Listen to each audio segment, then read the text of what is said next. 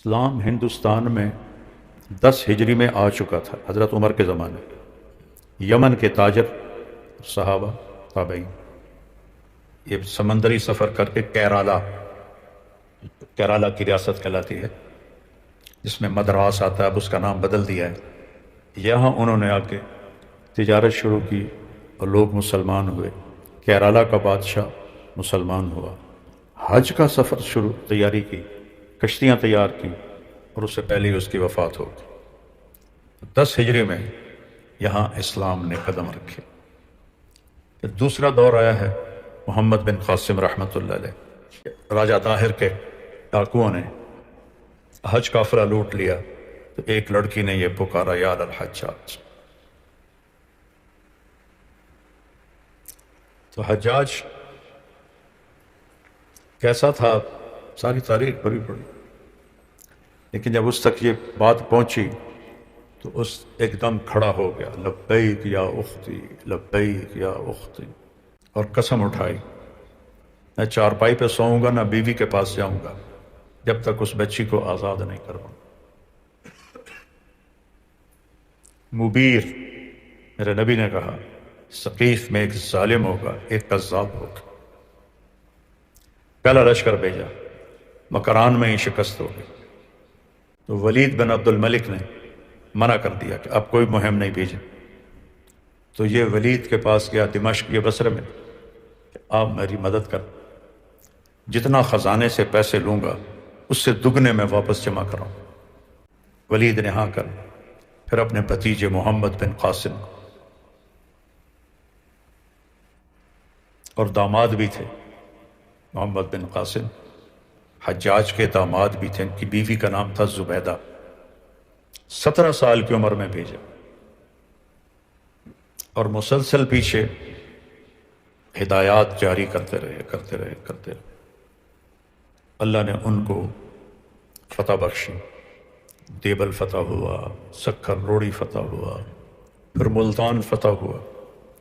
ملتان تک اسلامی سلطنت 92 ہجری میں قائم ہو گئی تھی۔ پھر پیچھے ولید مر کے سلیمان بنا۔ سلیمان کو حجاج سے بڑی نفرت تھی۔ حجاج چاہتا تھا سلیمان کو ہٹا کر ولید کے بیٹے کو خلیفہ بنایا جائے، یہ اس کے اندر بغض تھا۔ تو انتقام تو حجاج سے لینا چاہتا۔ حجاج پہلے مر گیا سلیمان کے خلیفہ بننے سے، ولید کے زمانے۔ تو جب سلیمان خلیفہ بنا تو اس نے بدلہ اس کے بھتیجے سے لیا۔ محمد بن قاسم آگے پیش قدمی کے لیے تیار تھا، پیچھے قاصد آ گیا کہ آپ کو معزول کیا جاتا ہے، اب واپس آئے۔ تو لوگوں کو پتہ تھا، جب یہ آیا تھا تو 12,000 فوجی اس کے ساتھ، جب یہ ملتان پہنچا تو 1,00,000 فوج تیار ہو چکی تھی، مقامی ہندوؤں کی، مسلمان ہو کر۔ اتنے رحم دل اور انصاف والا تھا۔ 17 سال کی عمر میں گیا تھا، 21 سال 22 سال اس کو واپس بلا لیا گیا، اور اسے واسط کا گورنر تھا، واسط ایک شہر ہے، اس کے بھائی کو حجاج نے قتل کیا تھا، تو سلیمان نے اس کو واسط کے گورنر کے حوالے کر دیا، اس نے اسے قتل کر دیا۔ تو وہ اس کی فوج نے کہا، واپس نہ جاؤ، ہم لڑیں گے تیرے لیے، یہ تمہیں قتل کریں۔ اس نے کہا، محمد بن قاسم کی جان اتنی قیمتی نہیں ہے کہ جس پر امت میں توڑ پیدا ہو۔ اللہ۔ تو جب وہ مقتل کی طرف لے جا رہے تھے تو اس نے ایک شعر پڑھا، اضاعونی و ای فتن اضاع لیوم کریہۃ و سداد صبر۔ کیسے جوان کو ضائع کیا جو مشکل دنوں میں کام آتا تھا۔ جب سلیمان مرا اور اس کی لاش کو چارپائی سے اٹھا کے قبر میں اتارنے لگے تو اس کی لاش ہلنے لگی، تو اس کے بچوں نے کہا، ہمارے ابا زندہ ہیں۔ حضرت عمر بن عبدالعزیز نے فرمایا، زندہ نہیں ہیں، بل عجل اللہ بالعقوبہ، اللہ نے عذاب قبر جلدی بھیج دیا ہے۔ محمود غزنوی 1001 میں پشاور کے قریب جنگ ہوئی، راجہ جے پال اور محمود کی۔ جے پال کی فوج میں 300 ہاتھی تھے، پھر بھی شکست ہو گئی۔ آنند پال کا بیٹا تھا یہ۔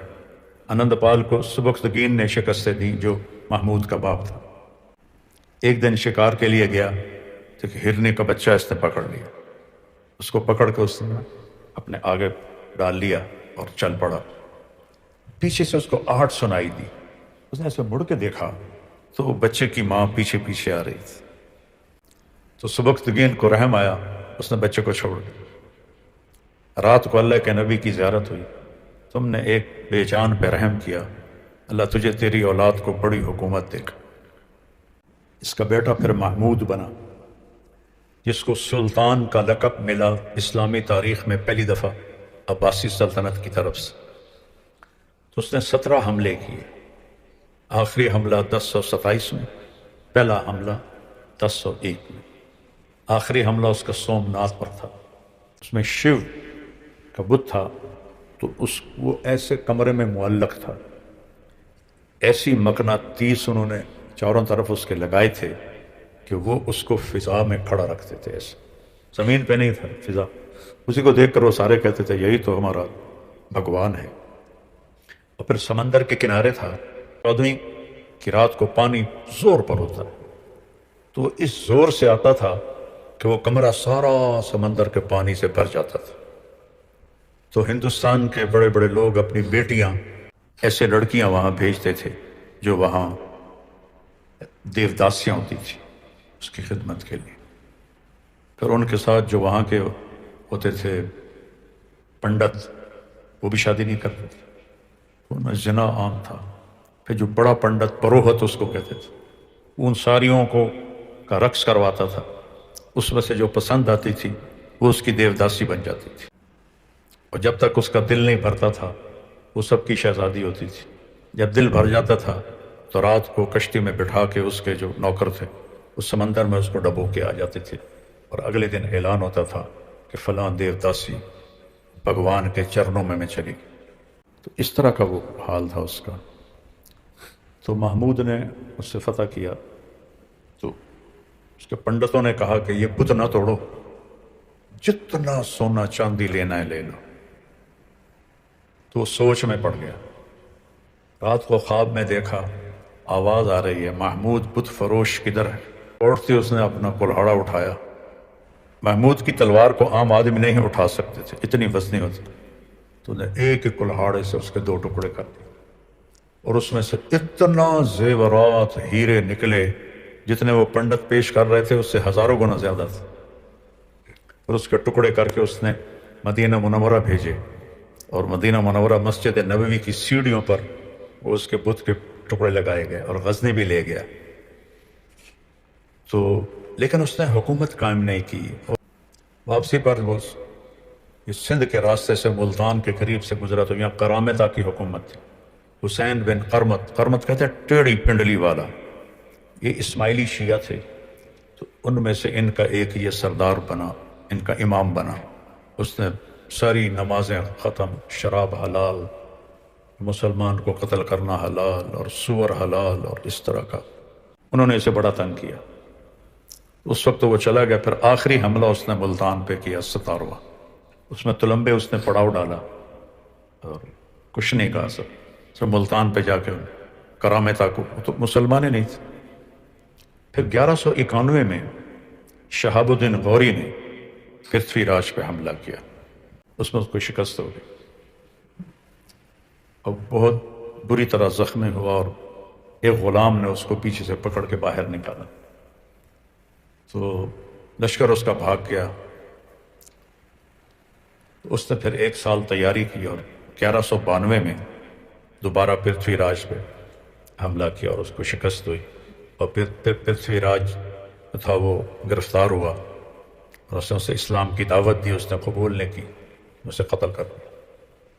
تو سب سے پہلی اسلامی حکومت جو قائم ہوئی وہ شہاب الدین غوری نے کی۔ شہاب الدین غوری آئے ہیں غزنویوں کے بعد۔ اس کے بڑے بھائی کا نام تھا علاء الدین جہاں سوز، دنیا کو آگ لگانے والا۔ اس کمبخت نے غزنویوں سے بدلہ لینے کے لیے اس وقت غزنی پہ حملہ کیا اور پورے غزنی کو آگ لگا دی، سب بشر جانور جلا کے رکھ۔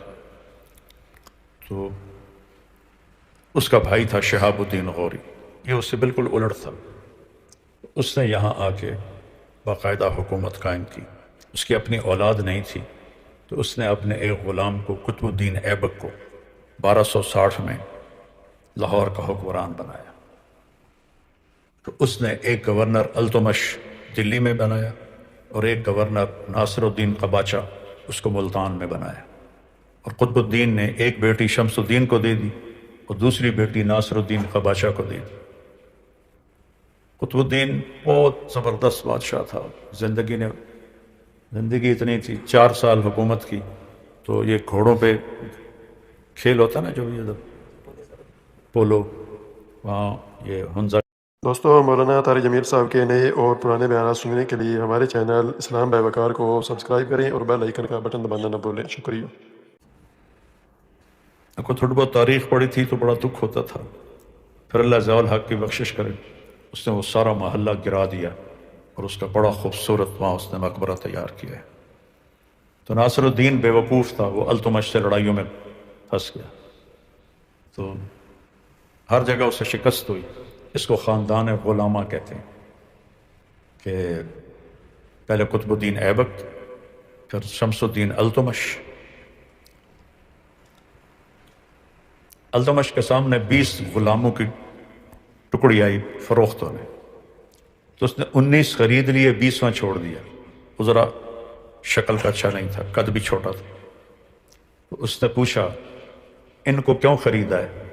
کہنے لگا اپنے لیے۔ کہ مجھے اللہ کے لیے خرید لو۔ تو یہ جواب اس کو پسند آیا، اس نے اس کو خرید لیا۔ تو التمش کے بعد حکومت اس کے بیٹے ناصر الدین، وہ بھی التمش کے تقوی کا حال سنا۔ جب قطب الدین بختیار کاکی رحمۃ اللہ تعالیٰ کا انتقال ہوا تو ان کے جنازے پر ان کے خادم نے وصیت سنائی کہ حضرت کا فرمان تھا میرا جنازہ وہ پڑھائے جس کی تہجد کبھی قضا نہ ہوئی ہو، جس کی عصر کی 4 رکعات کبھی قضا نہ ہوئی ہو، سنت غیر مقبول، جس کی تکبیر اولیٰ کبھی قضا نہ ہوئی، وہ میرا جنازہ پڑھائے۔ سورا دلی شہر کھڑا ہوا، کوئی بھی اس شرط پہ پورا نہیں۔ کافی دیر کے بعد ایک شخص منہ لپیٹے ہوئے روتا ہوا باہر نکلا، کہا واہ میرے شیخ، جاتے جاتے میرا راز بھی فاش کر دیا۔ تو وہ کون تھا؟ شمس الدین التمش بادشاہ، جو ان شرطوں پہ پورا اترا کہ نہ تکبیر اولیٰ فوت، نہ عصر کی رکعتیں 4 فوت، نہ تہجد فوت، اس نے جنازہ پڑھایا۔ اتنا وہ نیک بادشاہ تھا۔ اس کی اولاد اتنی سمجھدار نہ نکلی۔ رضیہ سلطانہ ایک بہت مدبر اس کی بیٹی تھی، اس نے بٹھنڈا کے حاکم التونیہ سے شادی کی، جس سے ترک سرداروں میں بغاوت ہو گئی اور انہوں نے جنگ کی، اس میں التونیہ قتل ہو گیا، رضیہ بھاگ گئی۔ ایک گاؤں میں ایک درخت کے نیچے لیٹی ہوئی تھی، وہ دیہاتی آیا، اس کے زیور دیکھے، اس کو پتہ نہیں یہ کون ہے، اس نے اسے قتل کر کے اس کے زیور چھین کے ڈال لیے۔ پھر بہت بعد اس کا بھائی دوبارہ حکمران بنا تو اس نے پھر اس کی لاش کو نکال کے دلی میں آ کے دفن کیا۔ تو یہ خاندان غلامہ نے 84 سال حکومت۔ اس کے بعد خلجی، یہ ترک تھے لیکن نسلی ترک نہیں تھے، تو ان سے باقی ترک نفرت کرتے تھے، لیکن جلال الدین بڑا زوردار سردار تھا، اس نے پھر اس کی اولاد سے، التمش کی اولاد سے حکومت چھینی، اسے فتح کیا، اور اس کے خزانے کا دروازہ کھولا تو سامنے ہیرے جواہرات تھے، اس میں ایک ہیرا پڑا تھا، وہ اتنا بڑا تھا کہ اس کے منہ سے نکلا کوہ نور، یہ تو نور کا پہاڑ ہے، وہاں سے اس کا نام کوہ نور بنا۔ اب وہ ملکہ وکٹوریہ کے تاج میں لگا ہوا ہے، اور جب بھی کسی کی تاج پوشی ہوتی ہے تو وہ تاج نکال کے اس کو پہناتے ہیں۔ 3 ٹکڑے کر دیے، ایک ٹکڑا سلیب میں لگایا، باقی 3 ایسے نیچے پڑے ہوئے تھے، تو اس کی وہ جو عظمت تھی وہ ساری ختم ہو گئی۔ پھر خلجیوں میں خسرو ایک غلام تھا ہندو لیکن مسلمان بن کے اس نے حکومت پہ قبضہ کر لیا، تو پھر اللہ نے تغلق، یہ بھی ترک تھے، تو علاء الدین تغلق نے حکومت خلجیوں سے چھینی۔ تغلق کے دور میں 1399 میں وہ خبیث، مجھے ایک ہی آدمی سے بغض ہے، وہ ہے امیر تیمور، 5 فٹ 4 انچ اس کا قد تھا اور دونوں ہاتھوں سے لڑتا تھا، ایک ہاتھ میں کلہاڑا ہوتا تھا، ایک ہاتھ میں تلوار ہوتی تھی، اور 33 سال میں کبھی شکست نہیں کھائی، اور اس طرح قتل عام کرتا تھا جیسے کہ کتے مارے جائیں، اور سارا مسلمانوں پر اس نے ظلم کیا۔ تو خبیث آدمی تو کسی کافروں سے جہاد کر، تو اس نے چین پہ حملہ کرنا تھا، اس کے لیے پیسہ چاہیے. پیسہ کہاں ہے؟ پیسہ ہندوستان میں ہے. وہاں سے چلا 1399 میں 98 میں تلمبے کا بیڑا غرق کر دیا خبیث. بہت یہاں قتل عام. پھر بٹھنڈا سے ہوتا ہوا دہلی پہنچا اور لاکھوں انسان ذبح کر اور خزانہ لوٹا. اور اس کا ایک سردار تھا خضر خان سید، اس کو حکومت دے دی.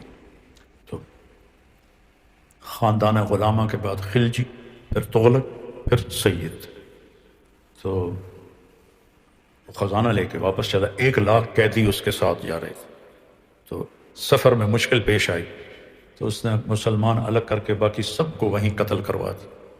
خبیث ان کو چھوڑ دے، گھروں کو چلے جائیں، سارے قتل کروا دے. تو پھر اس کے بعد اس نے 1402 میں باجزید یلدرم سے جنگ کی، جو اس وقت یورپ کو فتح کرتا جا رہا تھا، اور اس کو بہت بری طرح رکھا اپنے ساتھ. پھر 1405 میں وہ نکلا چین فتح کرنا ہندوستانی خزانہ لے کر. وہ نکلا سردیوں میں. بلا تھی وہ کہ سردیوں میں باقی ملکوں کو ہوگا کہ سردیوں میں کون حملہ کرتا ہے، برف باری کے ملک. سردیوں میں نکلا. راستے میں سردی لگ گئی، 72 سال عمر ہو گئی تھی، نظر بھی کم آتا تھا. تو انہوں نے اس کو پالکی بنائی. پالکی میں اوپر رضائیاں، اس میں اس کو ڈال کے چلتے رہے یہاں تک کہ قازقستان پہنچا. ازبکستان سے قازقستان اور چائنا کا بارڈر ملا ہوا ہے. تو اس بارڈر پر ایک شہر ہے اترار، جس پر سب سے پہلے چنگیز خان نے حملہ کیا تھا. اس کے خارزمی بادشاہ کے گورنر کی حماقت نے 2 کروڑ مسلمان قتل کرواتے. انیل جک اس کا نام تھا. خیر سگالی کے لیے کہ ہم دونوں آپس میں دوستی کریں، اس کم بخت نے ان کو گرفتار کر لیا کہ یہ جاسوس ہے. تو اس پر چنگیز خان نے 3 آدمی بھیجے علاؤالدین خارزم کے پاس کے میرے آدمی چھوڑ دو، اپنے گورنر کو سزا دو. 2 قتل کروا دیے اور ایک کا آدھا سر، آدھی داڑھی، آدھی مونچھ مونڈ دی. کہ یہ میرا جواب ہے. اس وقت چنگیز خان جھیل بیکال روس میں ہے، وہاں شکار کھیل رہا تھا. وہاں اس نے جب یہ خبر سنی تو پھر وہ آندھی اور طوفان بن کے نکلا، اس نے صفحہ ہستی سے مٹا دی. اس طرح قتل عام کیا. تو بامیان کی فتح میں چنگیز خان کا بیٹا تھا چغتائی، اس کا بیٹا قتل ہو گیا، پوتا اس کا. تو چنگیز خان پہلے تو خیمے میں تھا، پھر خود نکلا اور فصیل پہ چڑھا اور حکم دیا کوئی زندہ نہ چھوڑو، نہ بلی، نہ چوہا، نہ کتا، نہ مرغا. انسان تو بعد ہے، سب صاف کر دیا. تو جب وہ اترار پہنچا تیمور، تو وہاں سردی کی شدت سے نمونیا ہو گیا، اس میں وہ مر گیا. پھر وہاں سے لشکر واپس آیا اس کی لاش کو سمرقند، جو اس نے دنیا کی جنت بنا دیا تھا. اس کی کئی بیویاں تھیں، کئی بیٹے تھے. تو ایک بیگم نے وزیروں سرداروں کو ملا کر شہر پہ قبضہ کر لیا، دروازے بند کر دیے. تیمور کی لاش سمرقند میں داخل نہیں ہو سکی، باہر دفن کیا اس کا وقت. یہ روسیوں نے اس کا ڈھانچہ نکالا تھا ایک دفعہ، وہ میں نے فوٹو دیکھی، ایڈا سارا دا قد ہے، کوئی نامراد کمینے دا، ایک ٹانگ چھوٹی آئی ایک لمبی آئی. تاشقند کی فتح میں اس کو تیر لگا جس سے وہ لنگڑا ہو گیا، اور پھر جنگوں میں ہاتھ بھی ضائع ہو گیا. جب اس نے حملہ کیا بایزید پر، تو اس کے آنے سے پہلے ایک شہر اس نے فتح کیا تو 5,000 سپاہیوں کو زندہ دفن کروا دیا، زندہ دفن کروا دیا. سادات سے پھر جو آخری تھے ان کے حکمران، انہوں نے خود ہی حکومت بہلول لودھی کو دے دی. تو پٹھانوں میں حکومت چلی گئی پہلی دفعہ ہندوستان. بہلول کا بیٹا تھا سکندر، بہت نیک، بہت قابل، بڑی خوبصورت حکومت. سکندر کے زمانے میں 1498 میں واسکو ڈی گاما پرتگال سے آیا اور اس نے کیرالا میں اپنے چھاونیاں قائم کی. وہ کچھ درندے تھے خبیث، نہ ایمان تھا نہ انسانیت تھی. راستے میں چونکہ بحری طاقت ان کے پاس تھی، ہمارے بادشاہ بیوقوف بنے رہے، انہوں نے بحری طاقت بنائی کوئی نہیں، تو وہ بہت قتل عام اس راستے میں حاجیوں کے بحری جہاز اس نے لوٹے، ان کو قتل کیا، ایک بھی زندہ نہ چھوڑا. پھر وہ واسکو ڈی گاما وائسرائے بن کے آیا تو یہیں مر گیا. تو ابراہیم لودھی آخری بادشاہ تھا پٹھانوں کا، 3 بادشاہ. اس کے زمانے میں پھر بابر آیا اور 1524 عیسوی میں پانی پت کے مقام پر پہلی لڑائی ہوئی. اس کی فوج 12,000 تھی بابر کی، ابراہیم کی 1 لاکھ تھی، اور پھر بھی ابراہیم کو شکست ہوئی، قتل ہوا. اس نے بڑے عزت سے اس کو وہاں جنازہ کفن دفن کیا. جب اس کے خزانے کو کھولا تو کہنے لگا اب پتہ چلا کہ ابراہیم کو شکست کیوں ہوئی. ابراہیم لالچی تھا، وہ خرچ نہیں کرتا تھا اپنے فوج پر، اور بابر کچھ روکتا نہیں تھا، سب فوج پہ خرچ کر دیتا. تو اس سے سپاہی دل کے ساتھ اس کے ساتھ، ابراہیم کے سپاہی بس پھنسے پھنسائے لڑ رہے تھے، تو 12,000 سے 1 لاکھ کو شکست دی اس نے. 1524 میں مغلیہ سلطنت چلی اور 1857 میں جا کر وہ ختم ہوئی. انگریز آیا 1600 عیسوی میں تجارتی پرمٹ لے کر ملکہ وکٹوریہ سے، اور 1605 میں جہانگیر بادشاہ بنا اور اکبر کا انتقال ہوا. اس سے انہوں نے تحریری جہانگیر کے سر میں درد ہوتا تھا، انہوں نے اس کا علاج کیا، وہ ٹھیک ہو گیا. انہوں نے کہا مانگو کیا مانگتے ہو؟ کہا ہمیں یہاں کالونیاں بنانے کی اجازت دو. کہا اجازت. تو اس کا ایک وزیر تھا، اس نے کہا مجھے یہ مکار لوگ نظر آتے ہیں، ان کو اجازت نہ دو. تو اس وقت مغلیہ سلطنت عروج، کہ یہ کیا ہے، ان کی حیثیت کیا ہے، کیا بدی کا شور، ان سے ہمیں کیا خوف. وہاں انہوں نے کالونیاں بنائی. 1608 کے بعد تجارتی معاہدے ہوئے. تو پھر انہوں نے مغلیہ سلطنت 1706 میں اورنگزیب عالمگیر کا انتقال ہو گیا، ایک دم مغلیہ سلطنت تباہ ہو گئی. اورنگزیب عالمگیر رحمۃ اللہ علیہ بڑے ولی اللہ، بہت نیک بادشاہ. ایک سیاسی غلطی ہوئی، انہوں نے دلی کو چھوڑ کے دکن چلے. 2 ریاستیں تھیں شیعہ، ایک بیجاپور ایک گولکنڈہ، انہیں فتح کرنا تھا. اور مراٹھے وہاں بہت طاقت پکڑ گئے تھے، جن کو اب مراٹھے کہتے ہیں، مراٹھے. ان کو مٹانے کے لیے خود چلا گیا، چھوڑ دیا،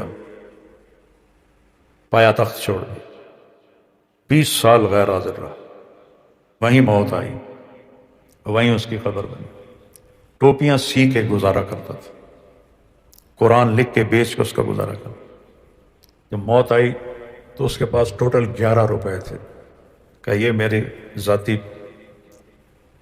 دولت ہے، اسی میں میرا کفن قبر دفن اسی میں کیا جائے. تو 11 روپے میں شہنشاہ ہند کی تجہیز و تکفین کا سامان. اس سے بڑی سلطنت کوئی نہیں بنا سکتا، یا پھر انگریزوں نے بنائی. تو اس کے بننے کے بعد جب ایک دم زوال آیا تو چھوٹی چھوٹی ریاستیں بن گئیں، اور ان کے نوابان اکثر عیاش، مسلم ہندو سب برابر تھے. تو انہیں پھر بنگال پہ قبضہ کرنے کا موقع ملا. سراج الدولہ کو شکست ہوئی میر جعفر کی غداری سے، ٹیپو کو شکست ہوئی میر صادق کی غداری سے. جب ٹیپو شہید ہوئے تو انگریز جرنیل نے کہا آج ہندوستان ہمارا ہے. نوابان اودھ شیعہ سلطنت تھی، آصف الدولہ کے 2 حرم تھے.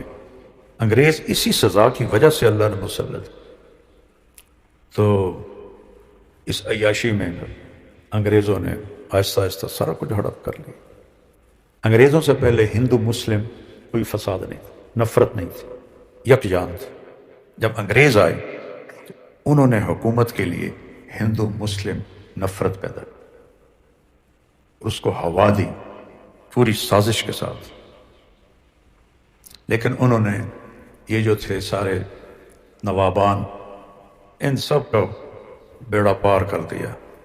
یہ تھے ہی اس قابل کہ انہیں قتل کیا جاتا، انہیں قید کیا جاتا. وہ اللہ نے سزا کے طور پر انگریزوں کو ہم پہ مسلط کیا، لیکن وہ ایک نظام بنا کے گئے، ایک سسٹم بنا کے گئے. پھر اللہ تعالیٰ نے علامہ اقبال رحمہ اللہ کے دل میں ڈالا الگ ایک ریاست ہو. چونکہ اختیار گوروں کے ہاتھ میں تھا، وہ ان کا چاہا تو پورا نہیں کر سکتے تھے، تو انہوں نے تقسیم ایسی کی کہ مسلمان 3 حصوں میں تقسیم ہو گئے. مولانا ابوالکلام آزاد رحمہ اللہ نے فرمایا، ان کا وصیت نامہ پچھلے سالوں میں کھولا گیا، اس میں لکھا تھا کہ بنگال کبھی تمہارے ساتھ نہیں چلے گا، 25 سال کے بعد یہ جدا ہو جائے گا. اور ٹھیک 25 سال کے بعد انہوں نے بنگلہ دیش بنا دیا. ہندوستان کے مسلمان الگ کٹ گئے، یہ مسلمان الگ کٹ گئے. تو بنانے والوں کی نیت بہت اچھی تھی. پاکستان کا مطلب کیا، لا الہ الا اللہ. لیکن کوئی تقدیر کے فیصلے ہیں کہ نہرو بنا وزیر اعظم، 19 سال حکومت کی، 19 سال. اور قائد اعظم بنے گورنر جنرل 14 اگست 1947 اور 11 ستمبر 1948 کو فوت ہو گئے. مشکل سے 1 سال پورا نہیں ہوا. ٹی بی ان کو کھا گئی تھی اور کام بہت کرتے تھے. ایک دن ایک نے کہا، سر آپ رحم کریں، آپ بہت بیمار ہیں. کہنے لگے میں چاہتا ہوں جب اللہ کے پاس جاؤں تو اللہ مجھے کہے ویل ڈن مسٹر چنار. یہ جملہ مجھے بڑا رلاتا ہے ان کا، ویل ڈن مسٹر چنار. وہ ویل ڈن ہی کر گئے، لیکن نصیب کھوٹا تھا. تو پھر ان کی جگہ گورنر جنرل بنے خواجہ ناظم الدین 3 سال تک، اور وزیر اعظم بنے لیاقت علی خان 1948 میں بنے. اور 1951 میں ان کو قتل کر دیا گیا. نواب تھے نواب، اور ان کی سفید شیروانی ہوتی تھی اور نیچے پاجامہ ہوتا تھا اور ٹوپی ہوتی تھی. جب ان کو گولی لگی اور ان کی شیروانی کو اتارا گیا تو نیچے کرتا نہیں تھا، پھٹی ہوئی بنیان تھی، پھٹی ہوئی بنیان. ایسے قائد کو مارنے کے بعد کہاں سے قوم کو راحت ملی؟ تو پھر آگے اسلام کے نام پر 2 ریاستیں بنی ہیں، ایک مدینہ کی ریاست، ایک پاکستان کی ریاست. مدینہ کے بنانے والے میرے نبی تھے، پاکستان کے بنانے والے آج کے لوگ تھے، لیکن بہت بڑی قربانی کے ساتھ بنا ہے. میرے والد صاحب کے دوست تھے سہیوال، جو سرگودا کے پاس ہے، وہاں سے آتے تھے. بتا رہے تھے کہ میں جلندھر سے نکلا، خاندان سارا کٹ گیا. میں رات کو سفر کرتا تھا، دن میں چھپ جاتا تھا کماد میں. چلتے چلتے چلتے میں لاہور کی طرف پہنچنے کی بجائے دریائے ستلج پہنچ گیا. دریائے ستلج بھرپور تھا. میں نے کہا پیچھے سکھ ہیں، آگے پانی ہے، تو پانی کی موت آسان ہے سکھوں کی نسبت. تو ایک لکڑی ڈھونڈی اور اس کو جپھا مار کے دریا میں چھلانگ لگا دی. تھوڑا سا اندر گیا تو پورا دریا لاشوں سے بھر کے گزر رہا تھا. پانی نیچے تھا، لاشیں اوپر تھی. پتہ نہیں کتنے لاکھوں مسلمان ذبح ہوئے. قیامت کے دن ان کو ہی حساب دینا مشکل ہو جائے گا پاکستانیوں کو کہ ہم نے اس لیے جانیں دی تھی کہ یہاں زنا کے اڈے، شراب کے اڈے، جوئے کے اڈے، قتل و غارت، دشمنیاں. تو وہاں خیر کہاں سے آئی تھی؟ کسی بھی قوم کو اللہ نے اس لیے تباہ نہیں کیا کہ بھوکے تھے، اس لیے تباہ کیا کہ ظالم تھے. پاکستان کو انشاءاللہ اللہ تباہ نہیں ہونے دے گا، لیکن آج جو اس پر یہ زوال ہے، یہ معیشت کی کمی کی وجہ سے نہیں ہے، یہ زوال ہے ظلم کی وجہ سے، کہ نیچے سے لے کر اوپر تک ظلم ہی ظلم ہے. ہم صرف حکمرانوں کو برا بھلا کہتے ہیں. حکمران تو اتنے سے ہیں، باقی 25 کروڑ جو لوگ ہیں، کوئی سچا دکھاؤ، کوئی انصاف والا دکھاؤ، کوئی محبت کرنے والا دکھاؤ. شمار معدنی دولت کے لحاظ، وسائل کے لحاظ، محل وقوع کے لحاظ، پھر واحد اسلامی ملک ہے جو ایٹمی طاقت بنا. اتنے غربت میں اللہ ذوالفقار علی بھٹو کی قبر ٹھنڈی کرے. تو ہینری کیسنجر، یہ نکسن کے زمانے میں وزیر خارجہ تھا، وہ آیا، بھٹو سے کہا کہ یہ یہیں رول بیک کر دو. انہوں نے کہا میں کوئی تمہاری ڈکٹیشن لینے والا ہوں، میں نہیں کرتا. انہوں نے کہا ہم تمہیں عبرت کا نشان بنا دیں گے. اس کو دھمکی دے کر ہم تمہیں عبرت کا نشان بنا دیں. تو باقی اس کی تقدیر تھی، وہ پھانسی چڑھ گیا. چلو اپنے سارے گناہ معاف کروا گیا. بہت زبردست لیڈر تھا. تو میں تو اسکول پڑھتا تھا جب وہ ہمارا وزیر اعظم تھا، اور ایک پیسے کی خیانت نہیں کی کبھی. اور اس نے ایٹمی پلانٹ کی بنیاد رکھی اور ضیاء الحق رحمۃ اللہ علیہ نے اس کو مکمل کیا. تو اتنے غربت کے وسائل میں پاکستان ایٹمی طاقت، ساری دنیا کے کافر اس پر ٹوٹے ہوئے ہیں کہ ان کو مضبوط نہیں ہونے دینا، ہماری حکومتیں توڑی جاتی. تو اتنی بڑی خیانت اور ظلم، ہم زندہ ہیں، یہی بہت بڑی اللہ کی نعمت. اور پھر گھروں میں جو ماں باپ کی نافرمانی ہو رہی ہے، ماں باپ کو ذلیل کیا جا رہا ہے، یہ تھوڑا جرم ہے؟ کب قیامت آئے گی یا رسول اللہ؟ کہ جب ماؤں کو بیٹیاں ذلیل کریں گی تو قیامت آ جائے. آج کل کی پڑھی لکھی بچیاں جن کو پڑھا لکھا کہتے ہیں، ماؤں کے ساتھ کیا سلوک ہے ان کو؟ پھر گھر میں خاوند بیوی کے ساتھ کیا کر رہا ہے، بیوی خاوند کے ساتھ کیا کر رہا ہے، بھائی بھائی کے ساتھ کیا کر رہا ہے. تو 25 کروڑ مل کر ایک ایسی فضا قائم کی ہے کہ اوپر والا حالات بننے کا فیصلہ نہیں کر رہا. اس لیے آج دعوت کے میدان میں پھرنا فرض ہے. یہ مدرسے تم چند لڑکے بیٹھے ہو، بس تصوف میں چند مرید بیٹھے ہیں، بس تبلیغ ایک ایسا کام ہے کہ لوگوں کو پیچھے پھر کے اسلام پہ لاؤ. تو اللہ نے بہت خوبصورت خطہ دیا ہے. چاروں موسم ایک ہی وقت میں ہوتے. یورپ میں چلے جاؤ، یا سردی ہے یا بہار، لیکن یہاں ایک ہی وقت میں ابھی چلے جاؤ ناران، رضائی لینی پڑے گی. اور دسمبر میں سبھی چلے جاؤ تو پنکھے چلانے پڑے. گرمی بھی ہے، سردی بھی ہے، بہار بھی ہے، خزاں بھی ہے. زمین اتنی عالی شان ہے. میں تو ذمہ دار ہوں، سونا اگلتی ہے. اپنے آپ کو دیکھو. تم طالب علم ہو کر جھوٹ نہیں چھوڑ سکتے ہو تو میں بازار والے سے کیسے توقع کروں؟ غیبت نہیں چھوڑتے ہو، بغض نہیں چھوڑتے ہو، اور جو اخلاقی تباہیاں آئی ہوئی ہیں مکاتب میں، مدارس میں. ایک دفعہ موسیٰ علیہ السلام نے پوچھا، یا اللہ، فرعون تو خدائی کا دعویٰ کرتا تھا، تو نے اس کو اتنی لمبی حکومت کیوں دی؟ فرمایا عدل کرتا تھا اپنی رعایا میں. جب وہ موسیٰ علیہ السلام کی پیش گوئی سنے تو پھر وہ ظالم بنا، ورنہ رعایا میں عدل کرتا تھا. عدل تو خدائی کے دعوے کرنے والے کو بھی اتنی مہلت دے دیتا ہے. ہمارے تلمبے میں ایک حادثہ ہوا ہے. ایک ساتھی کے 2 بچے، ایک ڈاکٹر بن گیا تھا، ایک انجینئر. ملتان جا رہے تھے، گاڑی کو ڈرائیو کر رہے تھے، ان کی بہن بھی ساتھ تھی. جب موڑ پر گاڑی پہ قابو ہوئی، درخت سے ٹکر ہوئی، دونوں موقع پہ مر گئے. بچی بچ گئی.